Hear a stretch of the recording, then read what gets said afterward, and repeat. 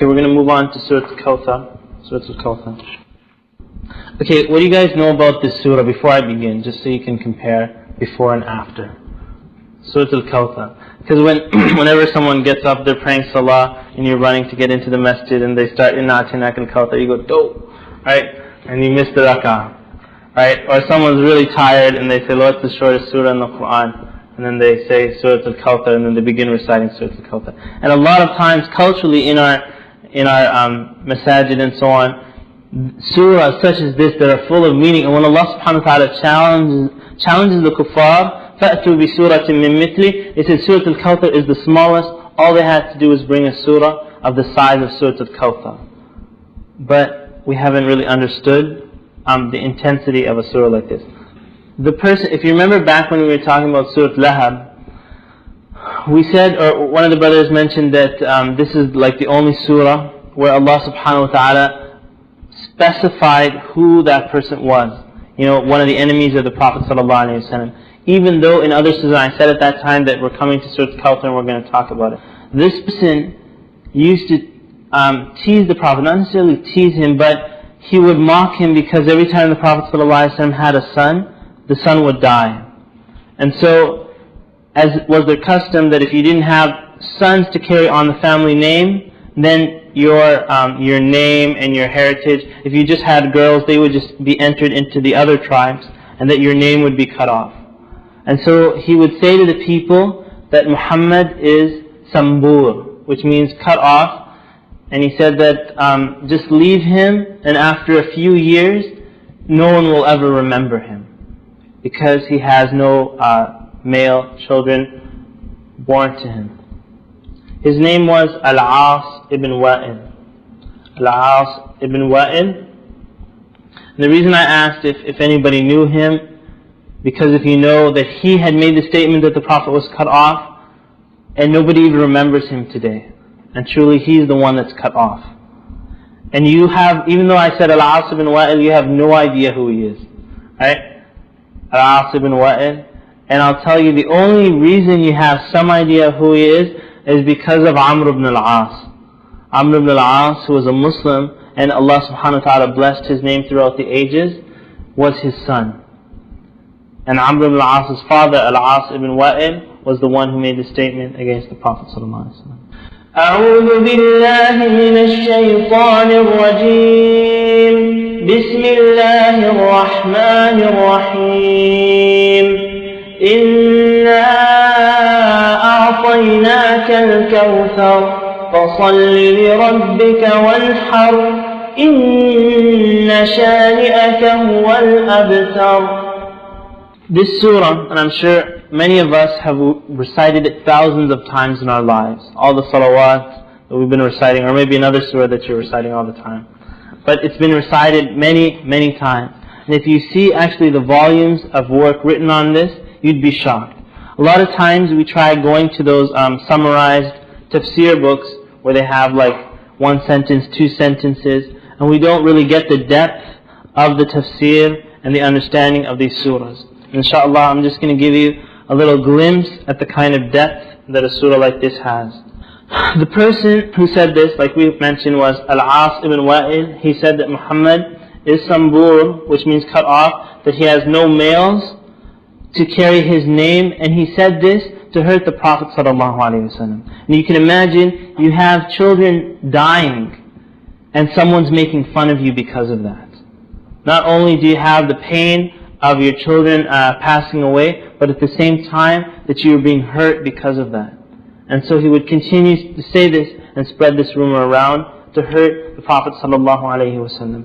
And we know how serious it is, and we realized a little bit from Surah Al-Duha and Alam Nashrah how beloved Rasulullah ﷺ was to the Prophet. And if you look at the seerah, there may be times where the Prophet ﷺ would tell the people to do something, and they didn't do it, and he would be afraid to tell them again, because if they didn't do it again, Allah might destroy them. You'll see in Uhud that they hurt the Prophet ﷺ, and he would call to Allah, "Oh Allah, guide them," because they don't know. Because Allah could very well destroy them right then and there for doing that to their Prophet. And so it's a very, very serious thing to hurt Rasulullah sallallahu alayhi wa sallam. In this surah, Allah subhanahu wa ta'ala in verse 1, He says, Inna a'tainaka al-Kawthar. And these three words, it alludes to an enormous giver. An enormous giver. An enormous giver, and also with an enormous gift. And the reason for that, you'll see, in the beginning of the surah, it says, Inna. Right? And Inna means, verily, we. Inna. If you just say Inna, without the med, and that's why when people, when they don't pronounce recite it with tajweed properly, the meaning gets changed. So if you say Inna a'tainaka and you drop the prolongation of the Inna, it'll go from verily, and the we will be dropped. The we is actually the prolongation.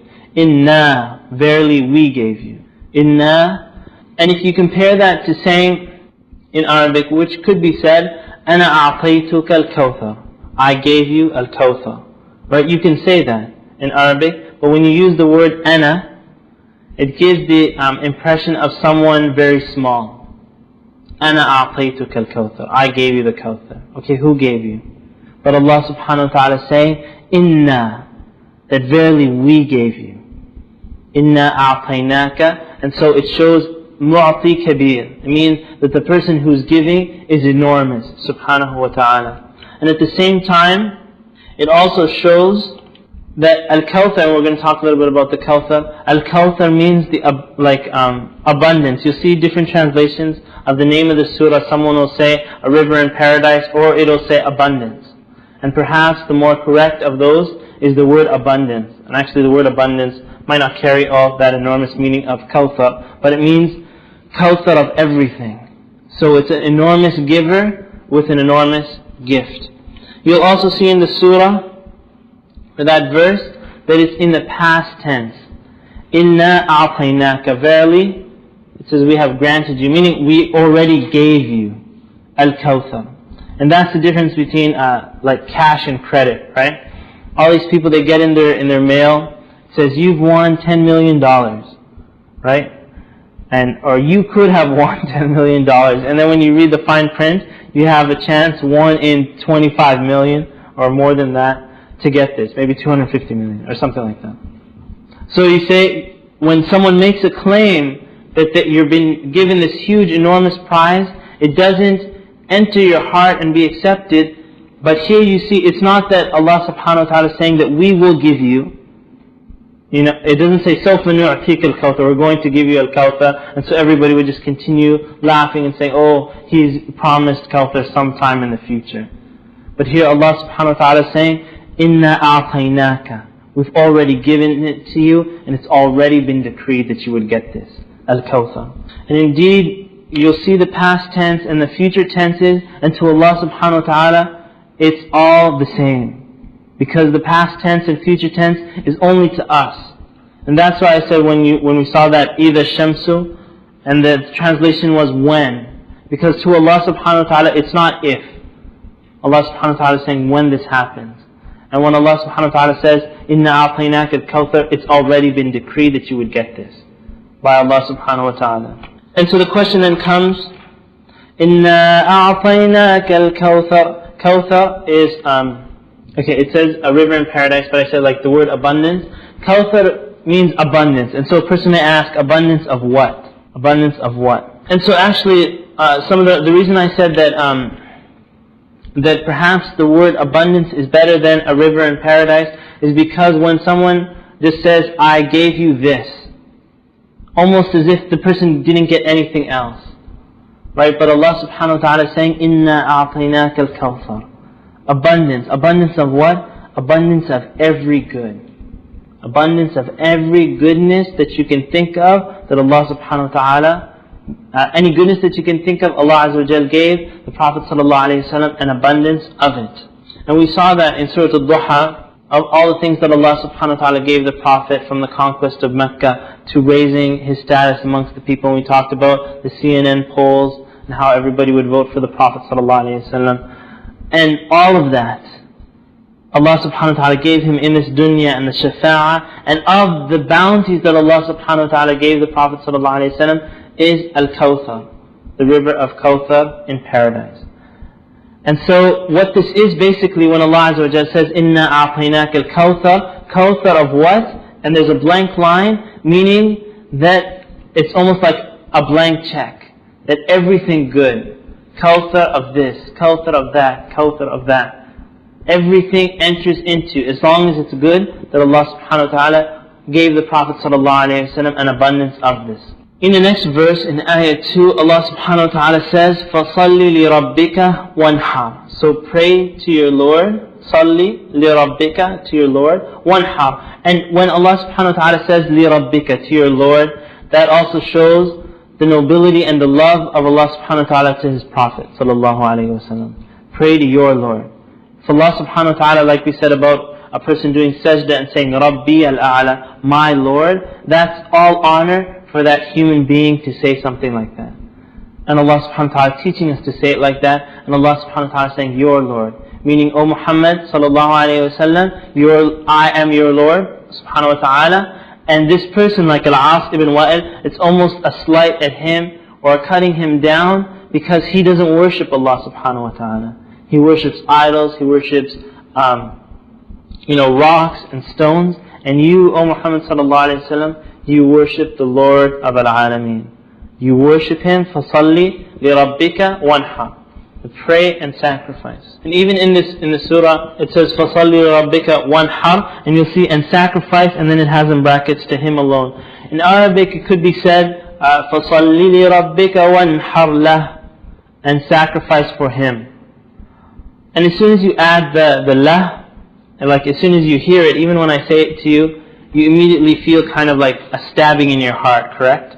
Do you feel the stabbing? As if, some recitation went, haywire right there. And that la, right there, is a human la. And it's not from Allah subhanahu wa ta'ala.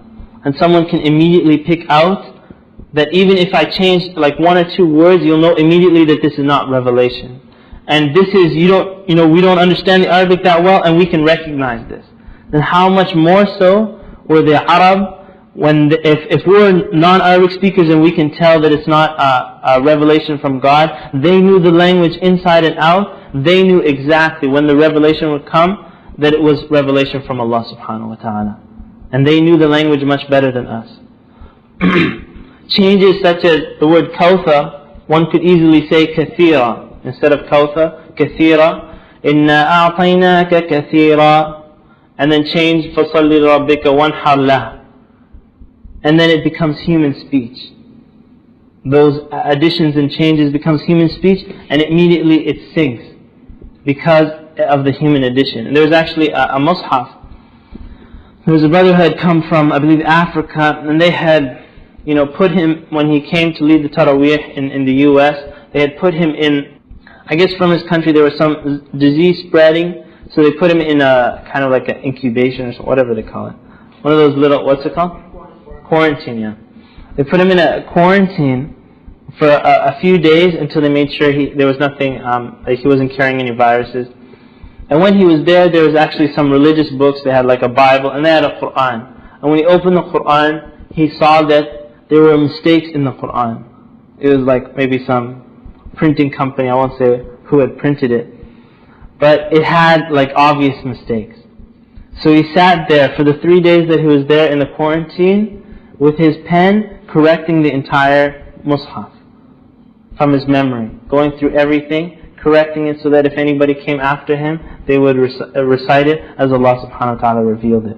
Subhanahu wa ta'ala. In this verse also, Allah subhanahu wa ta'ala is giving us an example of fasalli, which we do with our body, لِرَبِّكَ وَانْحَرْ. And sacrifice is something that we do with our wealth. Like we'll phone up, the slaughterhouse and tell them, slaughter a sheep for me, right? How much does it cost? $200? Oh, that's about half the price of the parking ticket I got, right? فَصَلِّ لِرَبِّكَ وَانْحَرْ. So they say ibadah badaniya, which is ibadah of the body, wa ibadah maliya, and ibadah of one's wealth. Sorry, yeah, correct. Ibadah of one's wealth, body and wealth. Which ibadah joins both of these things? Body and wealth. And you worship Allah with the spending of your money, and you worship Allah physically in the same ibadah. Yes, sister? And Hajj, correct. In Hajj, a person uses their wealth. They pay like the 3,500 or 4,000 to get the Hilton right outside the Kaaba. And at the same time, they also have to go there. A lot of people forget that this is ibadah of the body as well as with the wealth. So they pay the money thinking that I'm not going to have to worship Allah with my body. They're going to lift me up on a stretcher to the Jamarat. They're going to throw the rocks for me. And then they're going to, parachute me in Arafah. And then they're going to take me home. And then they tell the travel agents, what's wrong with it. I was saying like a lot of these people, they want to go in with a bus to the Jamarat, drop the rocks, and then the bus drives out. And then they said that no, they don't want to go with a bus. They want to go in on helicopter, to fly in because they don't want to wait in the line. Actually, another example of joining these two ibadat, and this is like a little promo for our thing. Al-Maghrib Institute is also a joining of this, because the person is paying for the course, but at the same time they actually have to be here in class, right? They don't just pay. And there may be people like, I don't want to come, but can I just donate to the program, right? So that becomes ibadah maliyah. But a person actually paying their wealth and then coming to learn the deen of Allah subhanahu wa ta'ala, both of them are ibadat. And actually when a person puts that money forward in the path of learning the knowledge of Allah subhanahu wa ta'ala, that wealth, they give it hoping for the reward of Allah subhanahu wa ta'ala in that wealth that's given. And something that we learn here also is that when someone is following the path of Allah subhanahu wa ta'ala and they're calling the people truly to Allah azza wa jal, they will be tested and they will be hurt, and the people will try to hurt them. And I remember even in our masjid in Canada, when someone would become president, no one would even know who this guy was in the community until he would become the president of the masjid. And then all of a sudden, all the backbiting and rumors and would rain down upon him because of the position that he took of guiding the community and so on. And I'm pretty sure you've seen that happen. If they weren't in those positions, no one would even say anything about them. But because they chose to do something for the deen, that they will be hurt. And this is the sunnah of Allah subhanahu wa ta'ala. When someone comes closer and there's more chance for them to get more reward, then they'll be hurt more. They'll be hurt more so that their reward will either increase or they will be proven to be liars, that they weren't truthful in their claim that they wanted to work for the sake of Allah subhanahu wa ta'ala. And so this is actually one of the, our manhaj in giving dawah, is that this will happen. So when it happens, nobody should be shocked that it happened. But instead, they should turn themselves towards the salah and the fasting and the zakah and going for hajj, doing the ibadat that Allah subhanahu wa ta'ala wants them, and not preoccupying themselves with the harm that the people are doing to them, but to continue working in the ibadah of Allah subhanahu wa ta'ala. And actually the refutation of Al-As ibn Wa'il is in verse number 1 and in verse number 3, right? Inna a'tainaka al-Kawthar, inna shani'aka huwa al-abtar. Shani'aka, the one who hates you, huwa, he is, al-abtar, the one cut off. The verse in the middle doesn't necessarily directly speak about it. And one of the etiquettes we learn also in giving dawah is to not become engrossed in the refutations. To not become engrossed. Because some people, they make it their whole dawah to just refute people. Whether they miss their own salah or they can't go for hajj because they're so engrossed in refuting people. That Allah subhanahu wa ta'ala is teaching us here that true, there is the refutations, but at the same time we have to go forward with our message, and we can't allow ourselves to just stop our whole message so that someone will be refuted. In verse 3, Allah subhanahu wa ta'ala speaks about al-abtar, the one cut off. Inna shani'aka huwa al-abtar, that the one who hates you is the one cut off. And that's why, like I said, I mentioned Al-As ibn Wa'il, and I said who knows him, because he's the one cut off. And nobody remembers him, and if it wasn't for his Muslim son, no one would have any idea of who he was. And so there's 3 categories of people. This may be an exam question. There are 3 categories of people when it comes to them being remembered after their death. Number 1, they're either remembered for their goodness. They're either remembered for their goodness, like the Prophet ﷺ and Abu Bakr and Umar and Uthman and Ali radiyallahu ta'ala anhum ajma'een. So people know who they are, and their name has passed through the generations, even though there could have been tribes around them and nobody knows who those people were. Because of their goodness, Allah subhanahu wa ta'ala allowed their name to be remembered. The second group of people are people who are remembered for their evil. people who are remembered for the evil, and they're of the most wretched people, that throughout the ages people will use them as example of wretchedness and evil. And of those people, of the top are Fir'aun, of the most evilest people. And this is actually something amongst the Arabs that they always worried about. Such as, you'll see a companion like Sa'd ibn Abi Waqqas, or his mother saying that you're either going to leave this deen or I'm going to not eat until I die. And then the Arabs throughout history will say that you killed your mother. It was something like very serious to them. And so here Abu Lahab his name was kept throughout the ages as someone evil. And people always use those names, and we have other examples. The third category, which is the majority, is that people have no idea who these people were. Their name isn't remembered. Their name isn't remembered throughout the ages, and this is the majority of humanity. Meaning that 50 years after someone dies, no one will have any idea who that person was. So if you go to a graveyard and you'll see all these tombstones, there may be no one on earth now that knows who this person was or has any idea who they are, except for, I'm talking about the non-Muslim graves, the name that's written on the tombstone or something. The reason I say non-Muslim is because Muslims shouldn't have those tombstones. If you look at, one of the people that had their name reached throughout the ages was Ibrahim alayhi salam. And one thing very beautiful about Ibrahim alayhi salam, and I was reading, there's a National Geographic article about him a few months back, and they said because the Jews revere him, I'm not saying that they follow him, but they revere him, and the Christians revere him, and the Muslims revere them. If you add all those people up, that's about 3 billion people, right? The Muslims and the Christians and the Jews may arrive to 3 billion people, which is half the earth's population, revere Prophet Ibrahim alayhi salam. And you look at how much Allah subhanahu wa ta'ala blessed Ibrahim alayhi salam in his da'wah. In this surah, Allah subhanahu wa ta'ala is saying, إِنَّ شَانِئَكَ هُوَ الْأَبْتَرُ, that even Allah subhanahu wa ta'ala, to show how cut off this person was, Allah Azza wa Jal didn't even mention him. Didn't even mention him, and he became cut off, and no one knew him after that. And we also see in the surah Allah Azza wa Jal saying, إِنَّ شَانِئَكَ, the one who hates you is the one cut off. And even though it was a specific person, Allah subhanahu wa ta'ala didn't mention his name.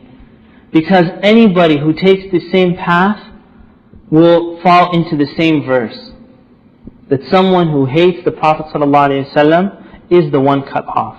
And from there we learn a da'wah technique, and our ulama in Medina University and other places, they mention this. That if someone's making a mistake and we refute the mistake, then that carries to anybody who makes that same mistake.